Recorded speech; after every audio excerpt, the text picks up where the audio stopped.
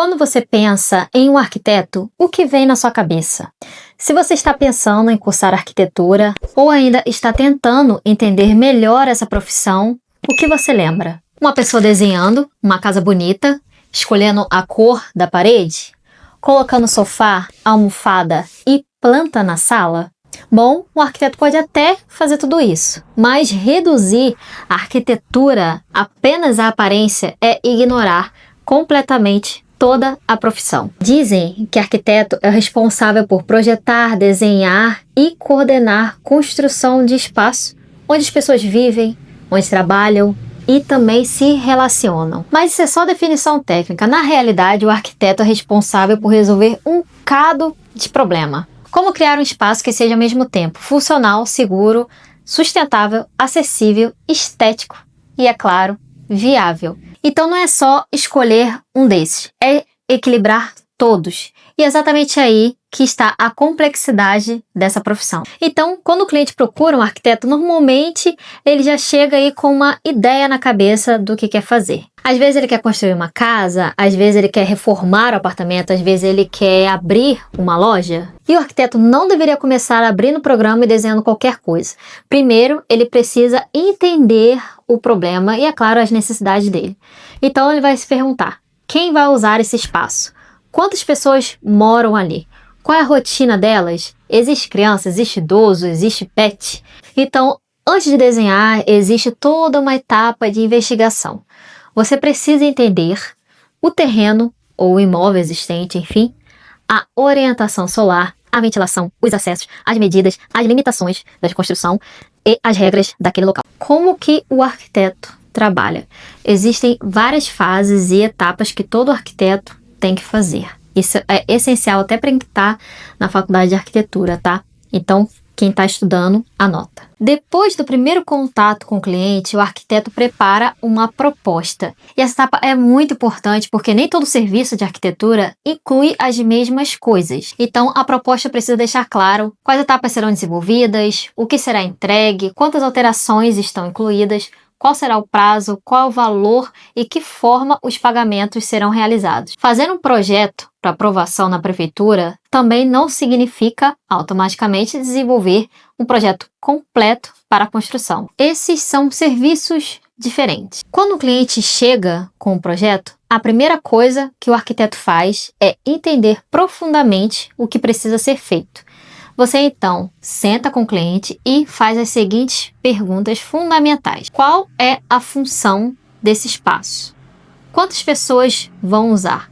Qual é o orçamento disponível? Há restrições regulamentares? Qual é a visão estética do cliente? Há necessidades específicas de acessibilidade naquele espaço? Então essa conversa não dura 1 hora, tá? Duram horas. Porque não adianta projetar uma casa enorme, cheia de soluções caras, para no final, o cliente não possui orçamento nem para colocar um piso naquele banheiro. E é importante lembrar que também existe ambiente dentro de uma casa que tem que ter relação entre si, tá? Então, a cozinha, ela precisa estar próxima da área de serviço, próxima à despensa, depósito. A sala de estar, se for colocar um espaço para jantar, tem que estar próxima à sala de estar. E existe também a opção de cozinha integrada.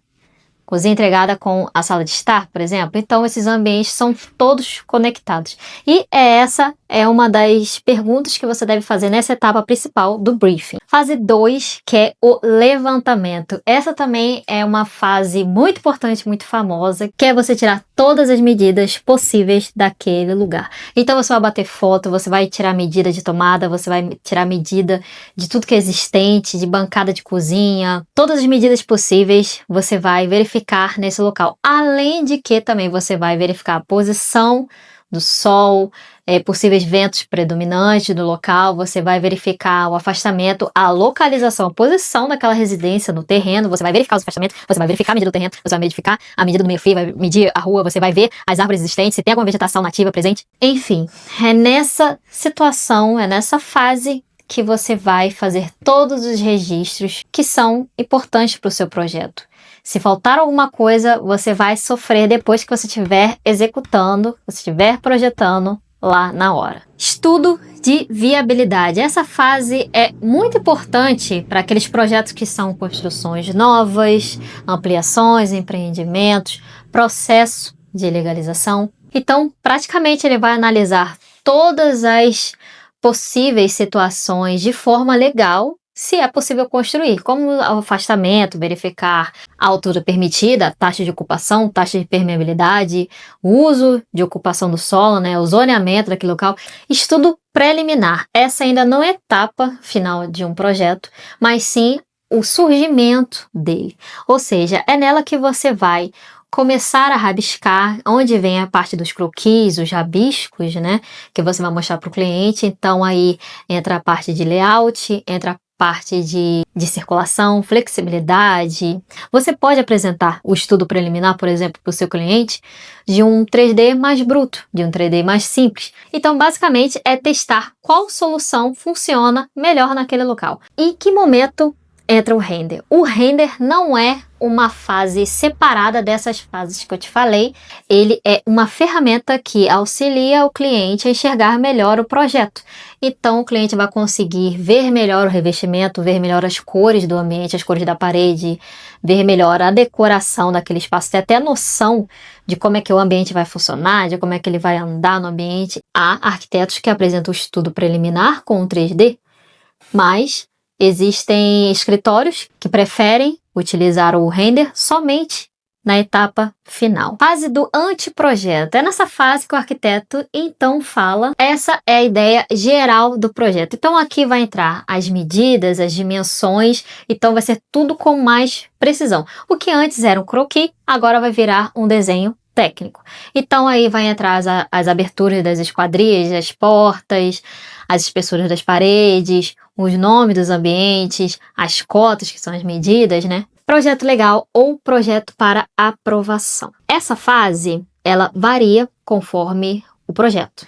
Então, existem projetos que não vão precisar passar por essa fase e existem projetos que sim. Parte mais para legalizar algo, legalizar uma construção nova, legalizar um letreiro. Então, existem algumas situações que vai ser necessário passar pela aprovação legal pela prefeitura. Se não for o caso, você pode passar para a outra fase. Você precisa verificar o código da sua cidade, que é a norma urbanística da cidade. Então, é nela que vai vir os termos certos para poder legalizar um imóvel. Então, vai vir discriminando qual é a taxa de ocupação daquele lugar, qual é o zoneamento, se existe alguma restrição quanto ao uso de vegetação, se existe alguma restrição contra a remoção de vegetações nativas do local, se o local tem preservação ambiental. O arquiteto, ele faz a prancha de prefeitura, dá entrada, gera a RRT, que é a responsabilidade técnica pelo local, e depois disso a prefeitura protocola esse projeto e o arquiteto vai acompanhando até a fase final. Pode existir no meio caminho a prefeitura pedir exigências, São alterações que ocorreu no projeto, que alguma coisa precisa modificar, o arquiteto refaz a planta, envia para a prefeitura e fica nesse processo até o projeto ser aprovado. Projetos complementares e compatibilização. Nessa etapa, o projeto executivo, ele é, como o termo diz, para execução.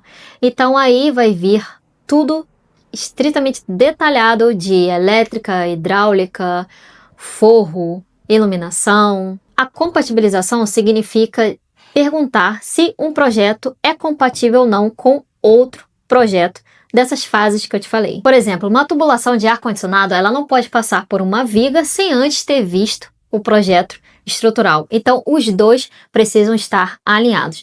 Assim também como a fiação do ar-condicionado não pode passar aonde tem a parte de iluminação, então também tem que ser compatibilizado.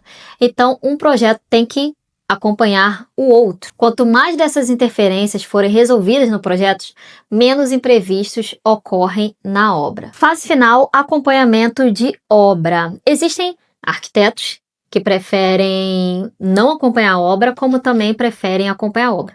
Porque dependendo do tipo de projeto, é muito necessário, porque podem ocorrer dúvidas na hora da obra em questão de posição de escada, em questão de posição de alguns elementos construtivos.